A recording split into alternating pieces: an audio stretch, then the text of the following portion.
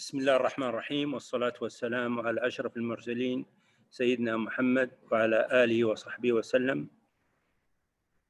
Good evening everybody. To our friends and colleagues in the field of nephrology, the Saudi Society of Nephrology is happy to introduce another webinar to them. This webinar will be a very interesting subject. We will call it Advancing Frontiers in CKD Management and Optimizing the RRSA therapy to put in our mind the potassium level. My name is Ahmed Mitwali. I think most of you know me. I'm the founder of this society, and I've been honored to give this introduction. Professor Stock from Limerick, Ireland, is a professor of medicine nephrology, and our moderator is our colleagues and our son, Professor Faisal Mahayani. I will give the floor to Faisal to give the introduction of the professor and to start the lecture. Thank you very much indeed. السلام عليكم ورحمة الله وبركاته. السلام عليكم ورحمة الله وبركاته. Thank you, Dr. Ahmed. Good evening, everybody, and welcome to the first virtual meeting in our series of virtual meeting under umbrella of Saudi Society of Nephrology. And I will thank all supervisor and coordinator who create this work in these not good days. And thank you again to give me this opportunity to be the supervisor and coordinator of this work. As Professor Ahmed mentioned, as you know, the renin-angiotensin-aldosterone system inhibitor, like for example ACE inhibitor, are commonly used in clinical practice. In clinical practice, because of their benefit in reducing proteinuria, treat hypertension, and also it's proved to reduce cardiovascular morbidity, and also approved to reduce mortality. However, because of the risk of hyperkalemia, which seems to be a major obstacle that most of us, especially nephrologists, when we are treating the patient with chronic kidney disease, especially in the later stages of chronic kidney disease. So we put this in our mind, and most of the nephrologists, as I believe, they try to avoid it. However, although we have certain medication that can reduce potassium and can optimize us or allow us to use these type of drugs, like for example diuretics or calcium or sodium resolute, but because of the lack of efficacy and the presence of serious adverse effect, it seems to be it is not a good option. So today the questions: do we have another modality that can help us to optimize use of RASi inhibitor and gain all benefit of this medication without aware of hyperkalemia? We'll see. Today, on behalf of Saudi Society of Nephrology members, I would like to present Professor Austin Stack, which is a professor which is a nephrology consultant at University Hospital of Limerick in Ireland, who is interested in management of chronic kidney disease complication, and he will talk today about new volunteers and optimizing use of renin-angiotensin-aldosterone system inhibitor through better potassium control. And Dr. Austin, the mic is with you. Yeah, sorry, Dr. Austin. At the end of the talk, we will we'll open discussion and we'll receive questions. And you can ask through press the icons at the bottom of the screen by pressing the icons that mentioned by large capital Q and A, and you can create your questions, and we will try to answer most of the answer if the time allows us. Dr. Austin, the mic's with you. Good evening, everyone, and thank you very much indeed for inviting me to give this talk for the Saudi Society of Nephrology and Transplantation. I'm delighted and I am honored. And thank you for the introduction. So, colleagues, this evening, what I would like to share with you is really some of the challenges that we have in 2020 at optimizing kidney outcomes for patients who have hyperkalemia and also progressive chronic kidney disease. If we think back, I think we will all agree that the abnormal or dysfunction of the renin-angiotensin-aldosterone system is a principal driver for chronic kidney disease. And whatever the cause of chronic kidney disease, it is that final common pathway. And it leads to, progressive intraglomerular hypertension, progressive glomerulosclerosis, albuminuria, and ultimately progressive kidney disease and kidney failure. And one of the obstacles that's currently preventing us from using RASI therapy or increasing the dose of RASI therapy, particularly in those most vulnerable stage 4 and 5 CKD patients, is hyperkalemia. So this evening, I'd like to address some of those issues, and I look forward to having an excellent dialogue with yourselves. In terms of the presentation, I'm going to focus initially at hyperkalemia, why it's so important, and what does the evidence show in terms of its link and association with major clinical outcomes. I will also reiterate the benefits of inhibitors of the renin-angiotensin system use that many of you are very familiar with. And then I'm going to focus on some of the consequences of either not using or underdosing with RASI inhibitors on patient outcomes. And certainly there's emerging data that informs us that if we don't optimally treat patients with either an ACE inhibitor or an angiotensin receptor blocker, then those patients are likely to have poor outcomes.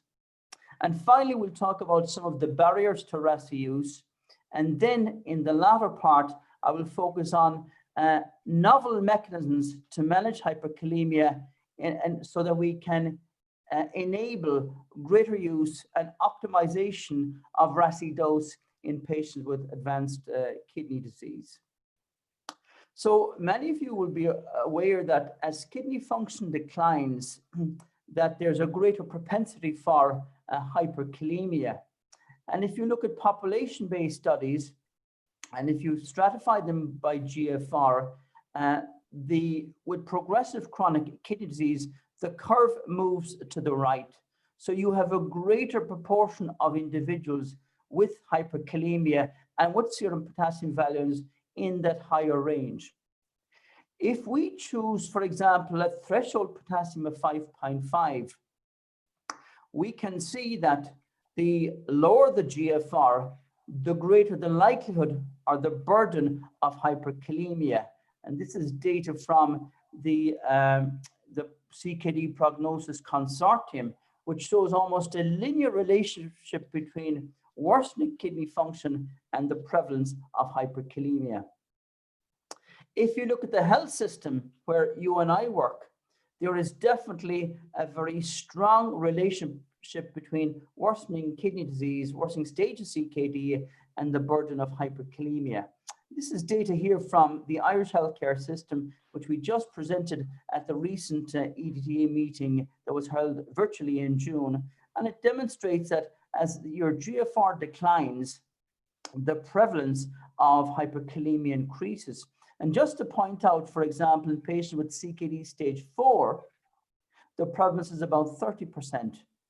It rises to about 50% in patients with CKD stage 5, and that is using a very conservative threshold of a potassium over 5.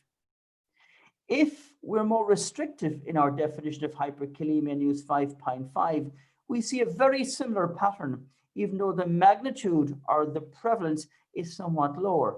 And then again, I mean, looking at stage 5 CKD, we have a prevalence of about 35 to 30% of patients will have hyperkalemia in the healthcare system.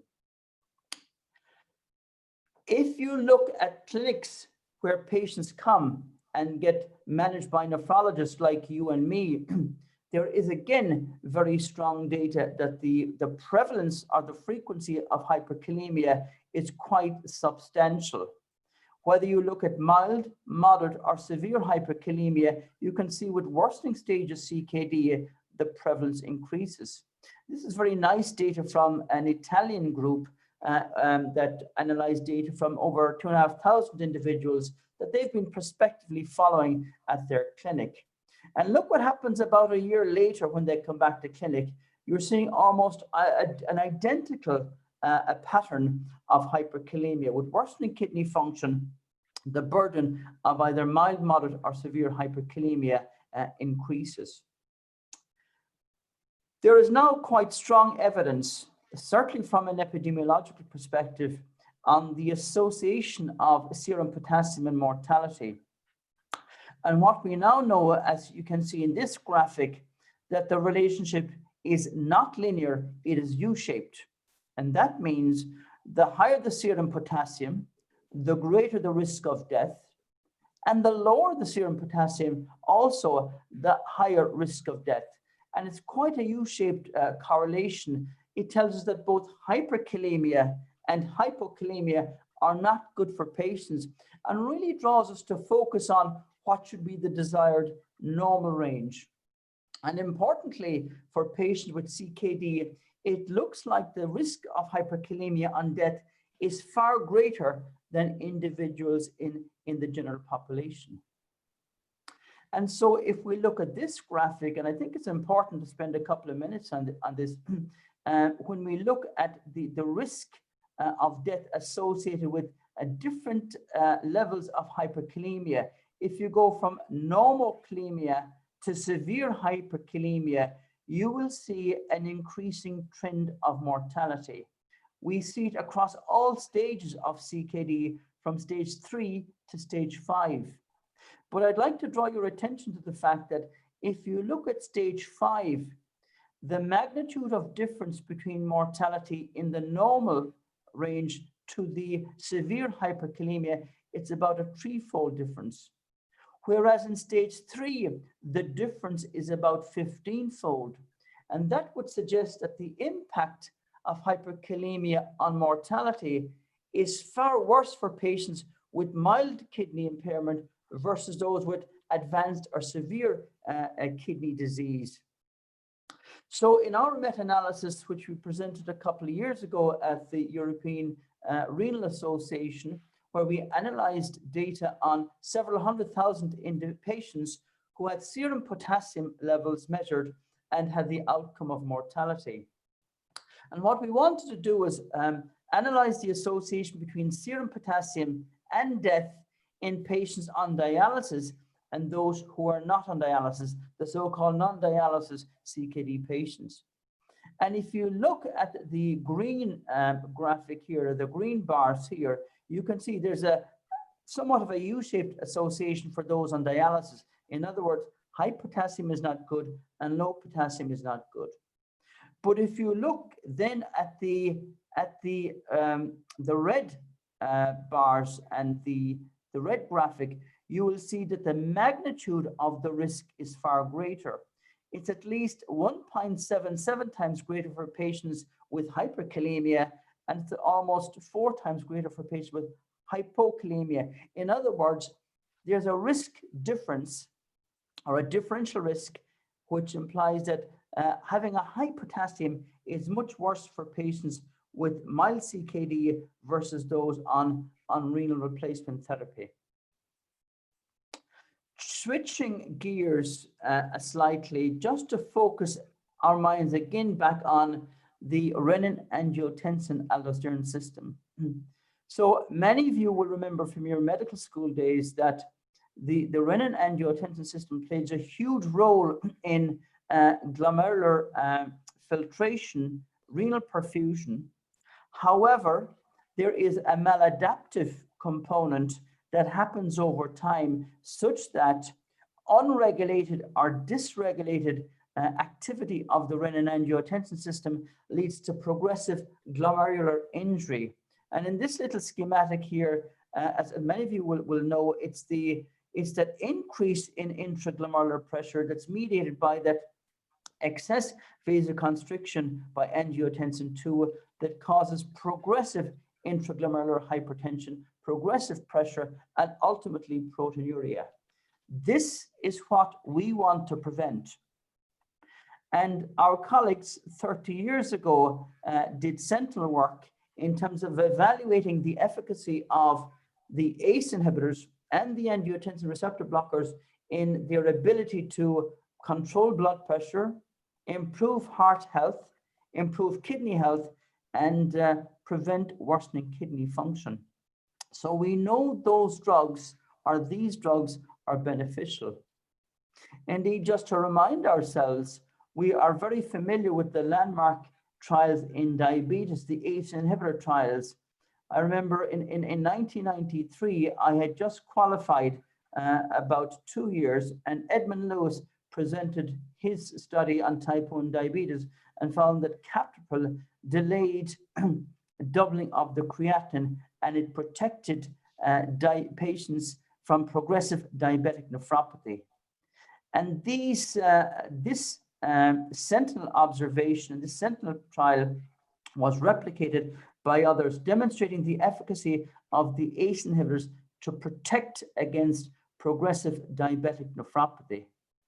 Soon after, we had results from the RENAL, the IRMA2, and the IDNT, and all these clinical trials collectively demonstrated that if you block the angiotensin receptor with an A or B compared to patients not on that drug, you will get a stabilization or a reduction in the progression of chronic kidney disease. And in fact, if you look at it in more detail, the data suggests that it's not just being on the drug, but it's being on an optimal or maximum dose of the drug that leads to that benefit. And in this graphic here, we have shown some of the clinical trials and the drug doses and their ability at reducing albuminuria and the gain in terms of improvement in renal outcomes. And what it shows is that the greater reduction in albuminuria with higher doses, the greater renal benefit. And this is hugely important. So national bodies, international guideline groups, professional societies have recommended ACE inhibitors and angiotensin receptor blockers for the prevention of chronic kidney disease. And this is not the soft recommendation, this is a class 1A recommendation.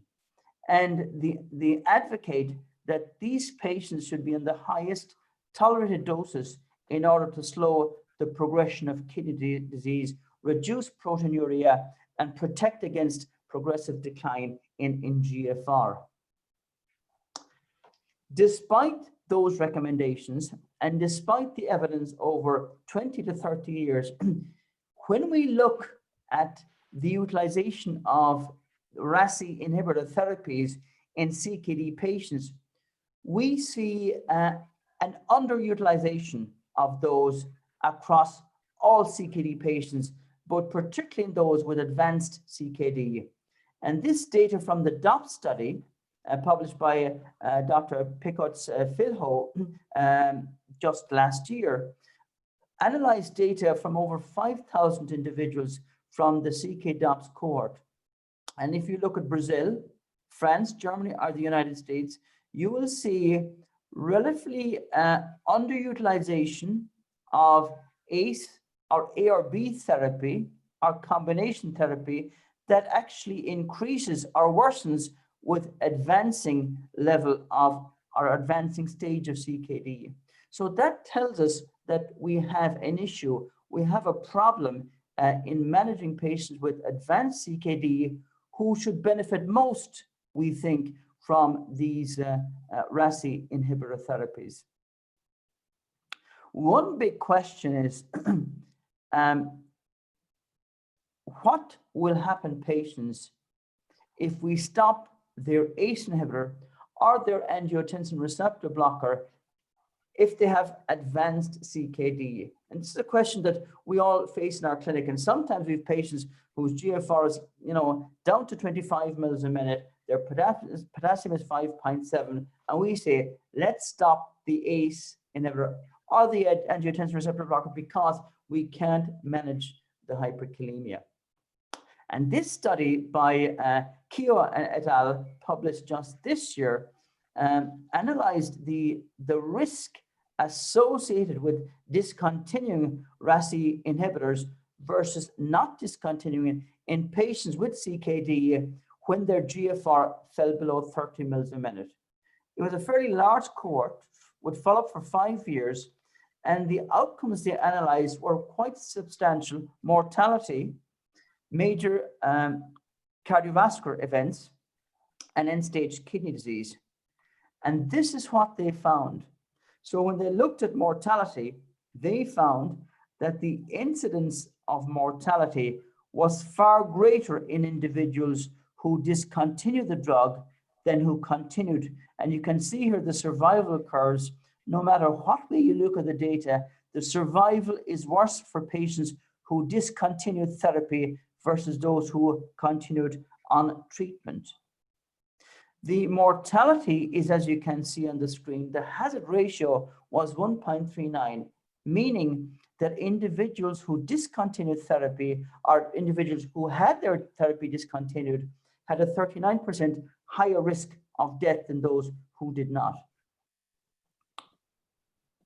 When they looked at major adverse cardiovascular outcomes or events, they found almost an identical pattern to mortality. Again, the outcomes were worse for patients who had their treatment discontinued. In fact, it was 35% higher than individuals who did not. Again, suggesting that stopping the ACE or the ARB therapy in individuals with advanced kidney disease is not a really good idea and doesn't bode well for patients. So one issue is if patients get their therapy stopped. What about patients who are on what I would call a submaximal or suboptimal dose of RASi inhibitor therapy? One of the questions is, how common is it? And secondly, what does it mean in terms of outcomes?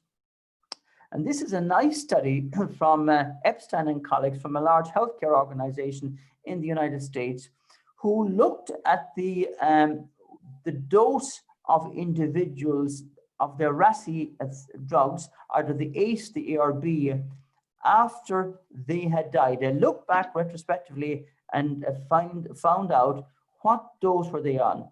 And what they found, if you look at CKD patients 3 and 4, that only 42% were on a maximal dose, and up to 54% had had their dose stopped.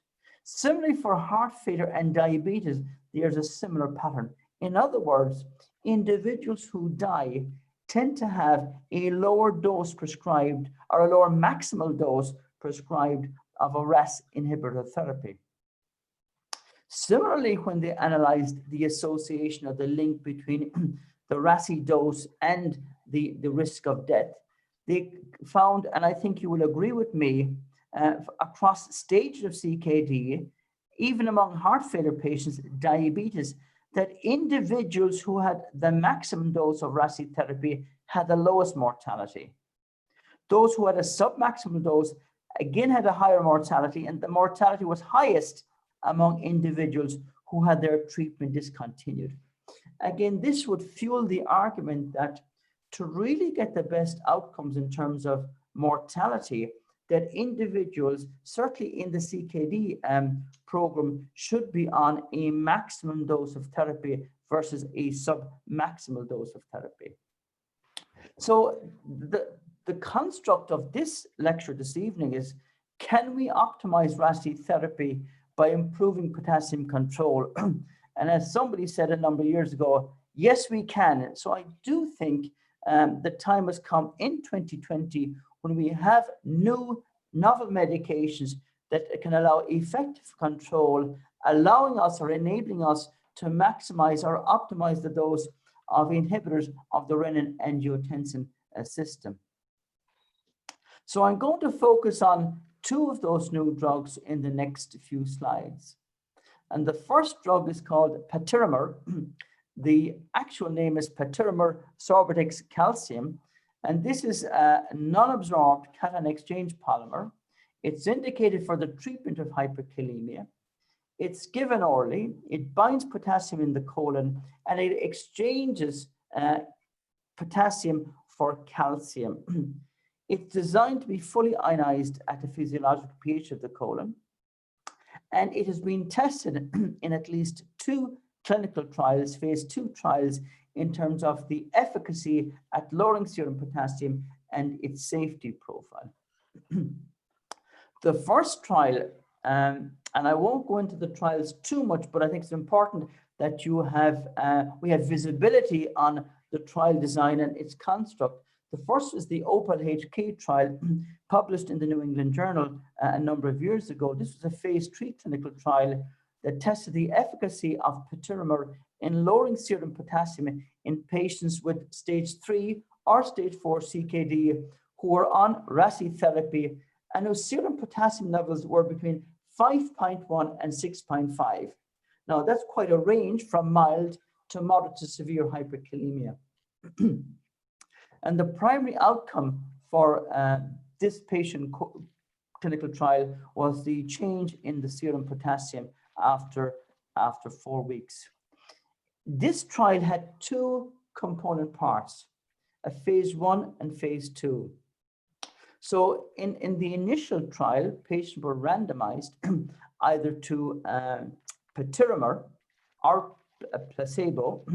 And prior to that, they were stratified by either mild or moderate hyperkalemia, where mild hyperkalemia was defined as a potassium between 5.1 and 5.5, and moderate between 5.6 and 6.5.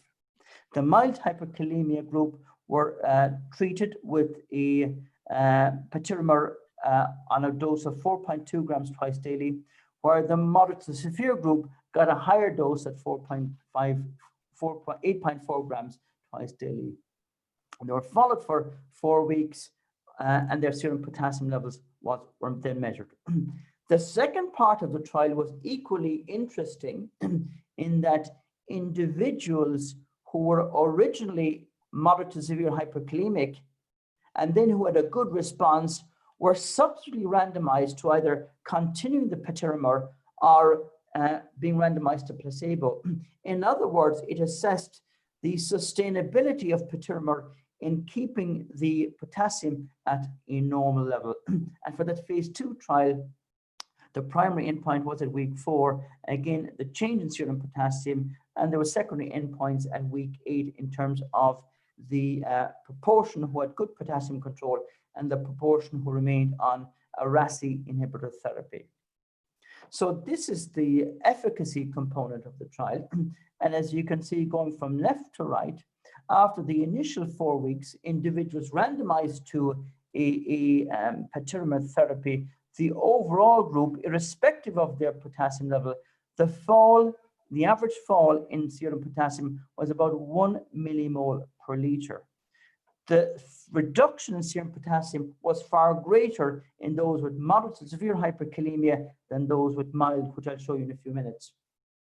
And in the second part of the trial, those who were randomized to patiromer continued to have a normal or a normal serum potassium, while those who were randomized to placebo, the serum potassium gradually increased, and the difference was 0.72 milliequivalents per liter. So then this again here, the slide illustrates the primary outcomes. And as I mentioned, the overall benefit or the overall effect was approximately 1 millimole per liter reduction in serum potassium, irrespective of the group. But those with moderate to severe hyperkalemia had a greater lowering of serum potassium by minus 1.2 millimoles per liter, when those who had mild hyperkalemia, it was somewhat less at 0.65.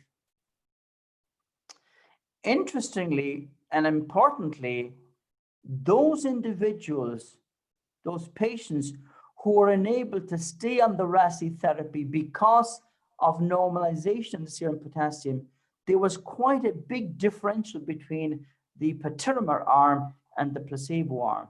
Among patients who remained on patiromer, 94% were continued to receive RAS inhibitor therapy, whereas only 44% of the placebo, in other words, 56% that the drug had to be discontinued.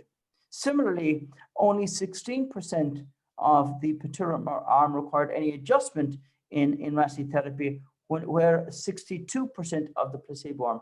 In other words, normalization of serum potassium allowed more flexibility in continuing the use of RAS inhibitor therapy, which, as we know, is associated with significantly better clinical outcomes. The second trial I'd like to mention is the Amethyst DN trial, which again was a more complex study that it evaluated both the long-term efficacy and safety of patiromer, in addition to trying to determine the optimal starting dose for individuals. And in this clinical trial, individuals who had, again, a fairly advanced stage 3, stage 4 CKD, they were diabetics with albuminuria. All patients were on a stable RASI dose, and they all had mild to moderate hyperkalemia. And the primary outcome, again, was a change in the serum potassium level. It was quite a complex trial, and anytime I look myself at a slide like this, I get confused. But basically, after the screening, individuals were randomized either to the patiromer in successively increasing doses, and stratified by hyperkalemia at baseline, mild between 5 to 5 and 5.5, and moderate between 5.5 to 6 milliequivalents per liter. In addition, at the outset, 3 cohorts were constructed to reflect different clinical approaches and different medication scenarios. So, for example, cohort 1 were patients who discontinued their RASI therapy. They were starting losartan, and then if their blood pressure was elevated, you could add spironolactone. Cohort 2 were allowed to continue RASI therapy and then add spironolactone 25 milligrams daily. Again, these are important because nowadays, as you will recognize, we're not just using one RASI drug, we're using a combination, certainly for some patients with CKD and for many patients with heart failure, as you will be familiar with. So the population, the average age was 66 years. The serum potassium in the mild hyperkalemia stratum was 5.2, and the moderate was about 5.7, 5.8. And you can see the distribution of CKD stages, that they were quite evenly distributed across stage 3, stage 3B, and stage 4. And this is what happened following randomization. You can see that there's a nice drop in serum potassium fairly quickly after about day 3. So this drug works fairly quickly. And then there's a sustained, potassium levels are sustained within the normal range at about 4.6 until the end of studies when the medications are discontinued. Interestingly, that irrespective of the degree of the hyperkalemia, it looks like in the mild and the moderate, they both find an eventual stable baseline at about 4.6 millimoles per liter. When they looked and analyzed the serum potassium effect by starting the dose, there is somewhat of a dose response. In other words, individuals on the lower dose had the least benefit, and those who were on the 16 or 25 gram had the greatest benefit in terms of serum potassium lowering effect. The pattern was quite similar at week 8 as it was for week 4 of the study. So that was patiromer, one of the new potassium binding agents. The second new kid on the block is SZC, also called sodium zirconium cyclosilicate. It's a mouthful. And this again, it's unlike patiromer, it's a sodium-based potassium binder. It's selective. It selectively binds potassium in exchange for sodium.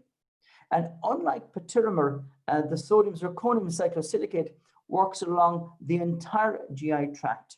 It has a more rapid onset of action, but again, it has some side effects like GI intolerance, hypokalemia, and importantly, edema, which may be important in patients with advanced CKD when you want to prevent and treat volume overload. The principal trial, or one of the principal trials that tested the efficacy of SZC was the harmonized clinical trial. And this was a randomized clinical trial that analyzed the efficacy of sodium zirconium on reducing serum potassium levels among outpatients who had both CKD, diabetes, and quite a high proportion also had heart failure. Patients were hyperkalemic at study entry, and of course they were all on RAS inhibitor therapy. And of course patients who were on dialysis or had reduced life expectancy were excluded. There was 2 phases to this study design. The first was an open label phase where they assessed the efficacy of a 10 gram 3 times a day dose in achieving normokalemia in the initial recruitment or screening phase. And if patients achieved normokalemia, they were then randomized to one of 3 doses of the drug, a 5 milligram, 10 milligram, and 15 gram dose versus the placebo. These are the results which you can see on the screen. Compared to the placebo group, you are seeing an impact on the serum potassium levels. They are kept within the normal range. We can see a dose response effect. In other words, the 15 gram dose has a greater effect, and which was significant in lowering serum potassium than the 10.5 gram dose, and indeed compared to the placebo. So as would I expect, that sodium zirconium cyclosilicate is effective at normalizing serum potassium among patients with hyperkalemia on existing RASI therapy. One of the side effects that I mentioned is edema, and this occurred certainly in the high dose SZC group. So in the placebo arm, it was 14%, and it increased from 7% to 9% with increasing dose of SZC. The other side effects, as could be expected, were hypokalemia and GI intolerance.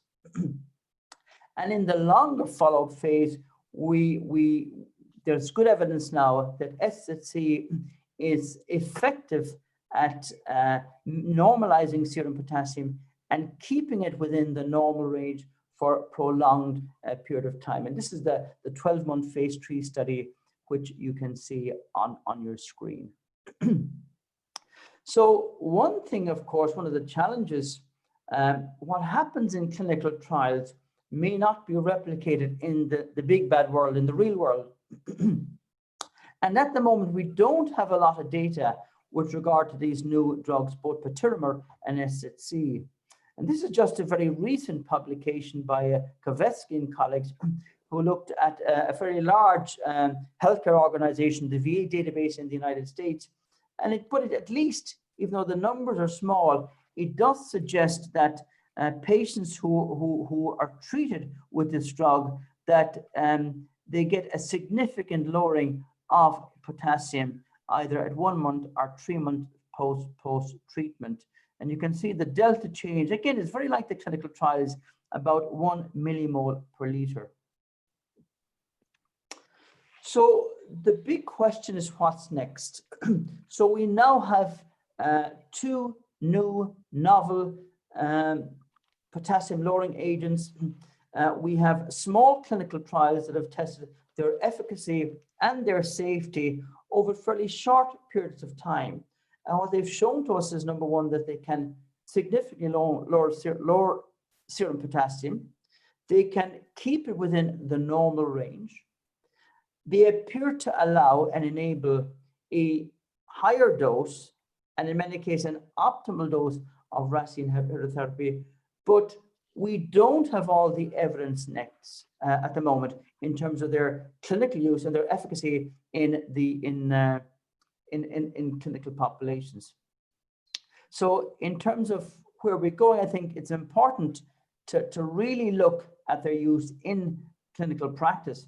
But while we're doing that and evaluating them in real time, I think it's important that we have hard outcome data. And there's 2 large clinical trials that have just started. One is called the Diamond trial, and the other is the Prioritize HF trial. And these are hard outcome clinical trials that will test the efficacy of both patiromer and the sodium zirconium cyclosilicate in patients with heart failure, with major hard outcomes like cardiovascular death and cardiovascular hospitalization. So the Diamond trial is recruiting 2,300 individuals, and the proposed date of completion is March the 31st, 2022. The second trial is the Prioritize HF trial, and I believe that is up and running at the moment. The completion date was October 2020, but as you know and I know, due to the current global pandemic, due to COVID-19, many things have been delayed, and certainly clinical trials have become more difficult to implement and to complete. In summary, colleagues, I would like to say that hyperkalemia is extremely common in patients with chronic kidney disease. The frequency and the burden increases with worsening kidney function. Hyperkalemia is associated with substantial morbidity and mortality. Part of that might be mediated through potassium itself, but part might also be mediated through the underutilization of RAS inhibitor therapy. There's evidence to suggest that we know this, that RAS inhibitor therapy elevates serum potassium levels. And we do know that guideline recommended RAS therapy is prevented by evolving hyperkalemia. And I suppose from our perspective, the fear of worsening hyperkalemia in CKD patients. And that's why we typically, either stop the medication or reduce the dose of the medication so that they don't run into potassium problems. We've got 2 novel therapeutic agents to add now to our armamentarium, patiromer and SZC, and these are effective at lowering serum potassium. They offer better tolerability and safety over existing therapies. And I believe, and I suppose we hope to show that in our clinical trials, that these will enable optimal doses of RAS therapy in order to improve patient outcomes. We look forward, of course, to ongoing clinical research, and we certainly look forward to the completion of those 2 big clinical trials. And with that, I would like to thank you for listening to me. I'm here in the University of Limerick in Ireland in my office, and it's quite strange to be talking virtually to the Saudi Society of Nephrology from my office, when normally I would have wished that I was actually attending there in person. So thank you very much. Faisal, can you allow me to say one thing? I should thank Few for Pharma for their contribution. They are the one who's supporting this lectures. Thank you very much again. Thank you, Faisal. Please, the floor is for you.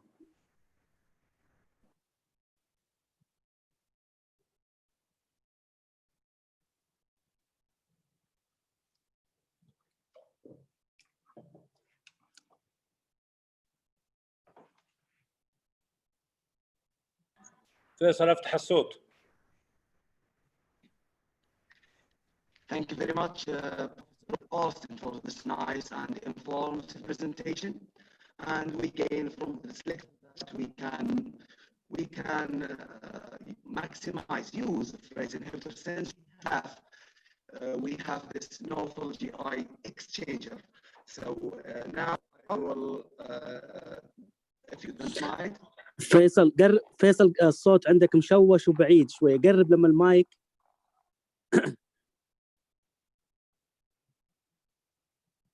افتح المايك يا فيصل وقرب جنبه لانه صوتك مش. Now it's clear. جو هيد بس مشوش برضه غريبه، ما ادري ايش غيرت، كانت الامور كويسه. في جو هيد.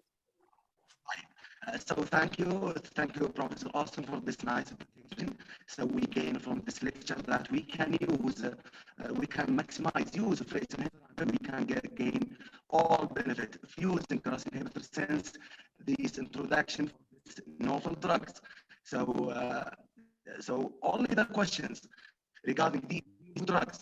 Did those new study was done and focused on patient with, for example, a patient with end-stage renal disease or patient with kidney transplantation? As you know, those patients, especially the last group with kidney transplantation, they are receiving many drugs. So as a nephrology transplanter, so I'm afraid from the drug interaction and the action of those drugs.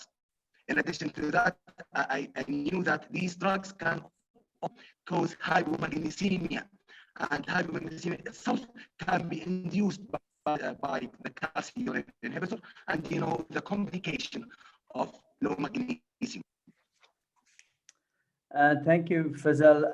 I just say that you weren't coming through very clear, so I want to make sure that I get the gist of your question. I think one of the questions was, to what extent have these drugs been examined in dialysis patients and kidney transplant recipients? Now, I'm aware there are some studies either starting or ongoing to evaluate the efficacy of these drugs in those very important cohorts. You're absolutely right. I think what people would feel from a clinical or scientific perspective is to first of all examine and test the efficacy of those in those non-transplant, non-dialysis stage 3, 4, and 5 CKD. I think that has been the focus initially. But I do believe as we kind of move forward, that dialysis patients should potentially be recruited, and certainly transplant patients, because even in our own clinical program, I do know that they run into problems with hyperkalemia, either because of coexisting medications, many of them are diabetic, and many of them, as you know, have different degrees of graft dysfunction. So what I would say is, I think they need to be studied. The second issue I think you mentioned was with regard to hypokalemia and hypomagnesemia. And I do believe that, patomer can cause hypomagnesemia, but for most patients who've got advanced kidney disease, low magnesium levels usually are not a problem. Typically the magnesium tends to increase. I don't think that is going to be a big issue, but certainly from the safety and efficacy studies that have been published to date, the risk or the rate of hypomagnesemia was quite low in those particular studies. But what I think going forward, I think the large clinical trials, which 2,000 or 3,000 individuals, will tell us more about the safety profile, which I think is extremely important with both of these clinical drugs.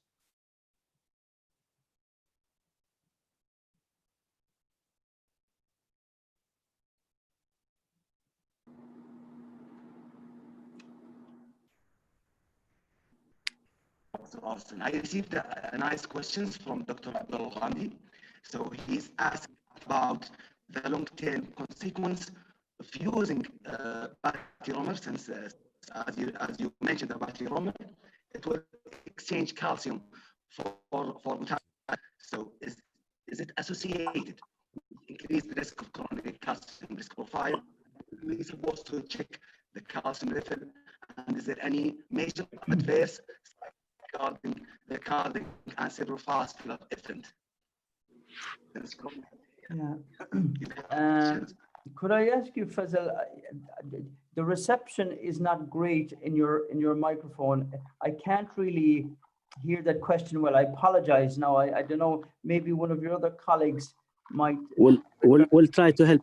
Faisal, can you switch off your phone if you have cell phone? If you are not using cell phone, switch it off. Probably this is the one interfering with your mic.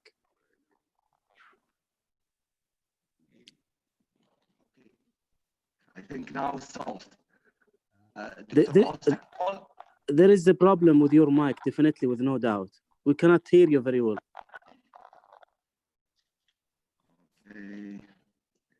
Okay. Are you using laptop or mic or your phone? I'm using the laptop. Laptop. So you need to close your iPhone or any cell phone near to you.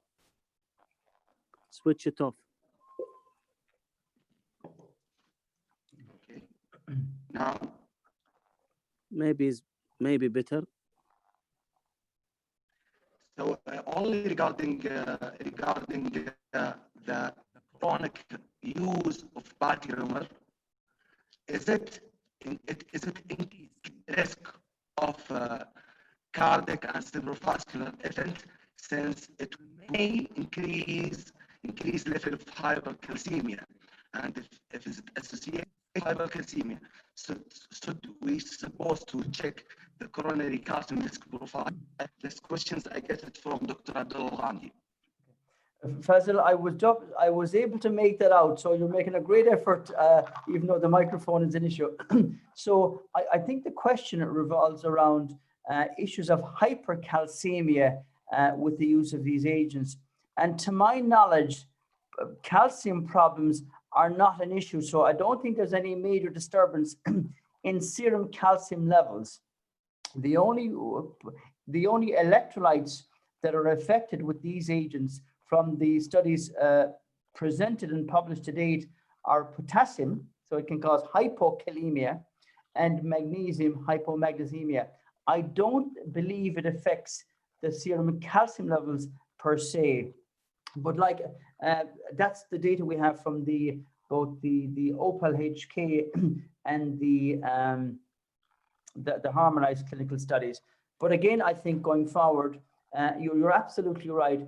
When we test these strategies, particularly when we're using a potassium binder that can affect other electrolytes, as a longer term strategy, we need to look at those closely going forward. And I hope that the questions that you're asking will be addressed appropriately with those longer term clinical trials. Because as you know, with those phase 3 clinical trials, the overall function of those is, number one, to test efficacy and confirm it in terms of hard-term outcomes. And the second is to ensure that they're safe for patients. So we don't want to give a drug if it's going to cause something really bad, like you said, hypercalcemia or coronary calcification. But from my understanding so far, that is not an issue from the published clinical studies. Okay, the questions I received from Dr. Mohammed Abdul Qadir regarding the price or cost using these novel GI exchanger compared with carbimazole. Is there any huge difference? Fazil, are you talking about the cost of drugs, the cost of the medication? The cost. The cost. The money. The money. Yeah. Okay. Yeah. I don't have the exact data on the cost. I'm just trying to figure out. I did see something there from the UK. Let me just check for a second in terms of cost. Yes, I'll give you some of the data on the cost. So in the UK, I don't have data from Ireland, but at least from the National Health Service in the UK, the cost of the drug for 130-gram sachets is, you know, if that's the 8.4 grams, it was 172 pounds. And the National Institute of Health estimates that the cost of implementing it as a therapy is about £5,000 per 100,000 of the population, and that'll rise to about £15,000 per 100,000 by the end of 2023. Well, I don't really know what that means, but let me put it in context. When we're talking about the cost of the drug, I would say the cost should be evaluated with regard to the health cost in terms, and the economic cost in terms of outcomes. So what's the cost of dialysis per year? In most Western countries, and it might be the same in Saudi, hemodialysis costs about 70,000 euros per year, or maybe $80,000, you know. So I think the cost has to be weighed up against the cost of preventing end-stage kidney disease, preventing hospitalizations from progressive kidney disease, and from cardiovascular events through the, if you enable the use of brachytherapy.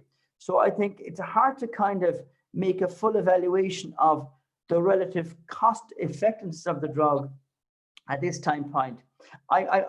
You know, I don't know how it compares to sodium polystyrene sulfonate, whether it's more cheaper or more expensive, but I think that is something that needs to be looked on once the clinical studies are done. I think the first thing we need to do is get the clinical trial data on the outcomes, demonstrate if they're better, if they're superior than existing therapy, and then we can look at the cost model, because if something prevents kidney failure by allowing RASI use, or prevents a major cardiovascular event by normalizing potassium, you know, I think the cost might be well worth investing in that medication.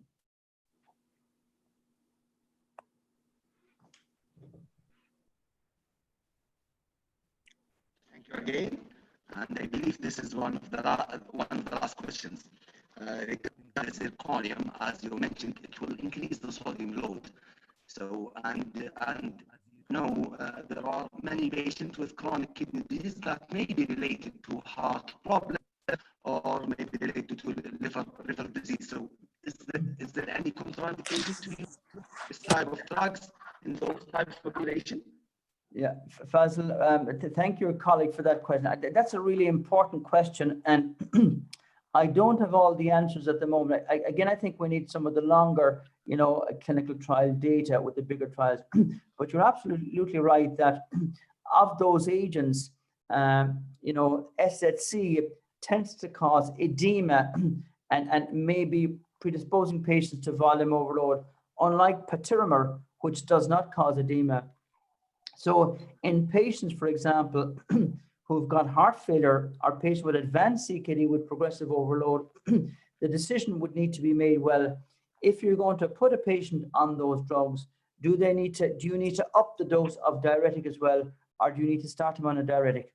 Alternatively, you might say, you know, if I have two drugs, one causes edema, the other does not, then it might be more prudent to use the drug that doesn't cause edema. What we don't know at this time point is whether that edema has any significant impact, clinical impact, on either renal function or cardiovascular function. As you know, and I know, many drugs can cause edema. The calcium blockers that we use every day, you know, can cause lower extremity edema. But whether the edema is because of a big sodium load that could adversely affect the patient's total volume status and put pressure on the heart, I think we need to get some longer clinical trial data on that.